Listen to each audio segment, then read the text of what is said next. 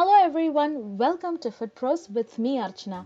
In this video, you're going to see another Diwali special and it is one of my favorite Nei Urundai. Nei Urundai is made from Moong Dal and it just melts in your mouth, and this is one of the favorite Diwali recipes in the south. Let's see what all the ingredients to make this Nei Urundai. And we are taking Moong Dal 1 cup, melted ghee 1/4 cup. We need some sugar, which is 1 cup. Use the same cup that you're measuring the moong dal. Finally, 10 cashews and 2 cardamom for flavor. Let's start making the Nei Urundai. To a pan, I'm adding 1 tablespoon of melted ghee, and I'm keeping my pan in a low to medium heat and not more than that. And once the ghee is slightly heated, I'm gonna add the cardamom and the cashews, because we don't want the cardamom and the cashews to get burned immediately in the hot ghee, otherwise they give us a bitter flavor. Our laddu needs a nice nutty flavor to it, not bitter. Our cashews are getting roasted in the ghee, and you can see it's just starting to get the light brown color, and this is the right time where you add the moong dal, because too much of heat will just make the cashews just go brown in the bottom, so it just ruins the entire taste. So when it just starts to get brown, we are adding our moong dal. You can add the moong dal after washed, but in case if you wash your moong dal, you have to thoroughly dry it with a towel so that there is no water content in it, and then starting to dry roast. But since today we are roasting our moong dal in ghee, so the washing is completely optional. You can directly add the moong dal to our ghee and roast them until they are light golden in color. Roasting this moong dal is little tricky, because in case if you have the temperature a little higher, they get burnt very easily. If you under roast them, they gives us a raw smell which ruins the entire taste of the laddu. So the key to get the perfect aromatic dal is to roast them on a steady temperature. Do not increase or do not decrease, just roast them on a medium or a medium low temperature so that they get cooked evenly.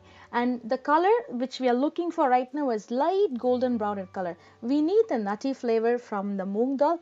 Make sure we don't undercook them, just the right temperature and just the right texture. You can see right now our dal is completely cooked. You can see the pieces of cashews here and there which are evenly colored. The next step which we are going to do is grind our moong dal. But before you grind them, completely cool off the moong dal and then add it to your mixer jar, because it is not safe to grind any hot substances. People do add cashews after the laddu powder is made, but my children, they are very picky. They don't like any kinds of nuts or raisins in their laddu.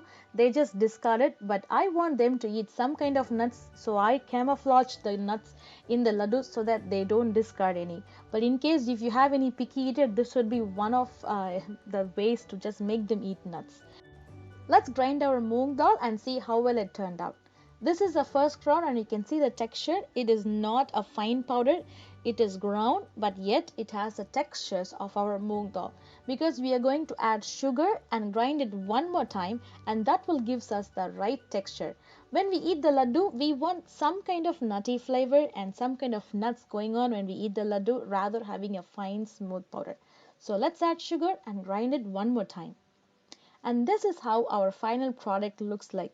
It's completely ground, the color has been changed, but still it has the tiny bits of moong dal here and there.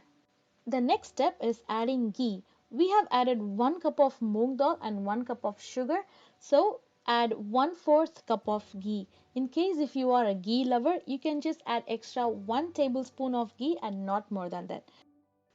Once you add the ghee to the laddu powder, you can see the color has been changed, and let's start making the laddu.